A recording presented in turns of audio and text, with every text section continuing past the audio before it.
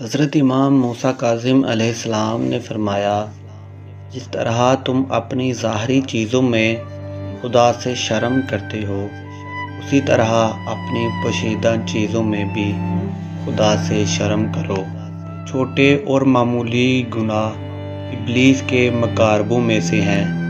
وہ ان گناہوں کو تمہاری نظر میں حقیر اور معمولی کر کے پیش کرتا ہے، پھر وہ اکٹھا ہو کر بہت ہو جاتے ہیں اور تم کو چاروں طرف سے گھیر لیتے ہیں۔ جھگڑا نہ کرو تاکہ تمہارا احترام ختم نہ ہو، مذاق نہ کرو تاکہ کوئی تمہارے ساتھ گستاخی نہ کر سکے۔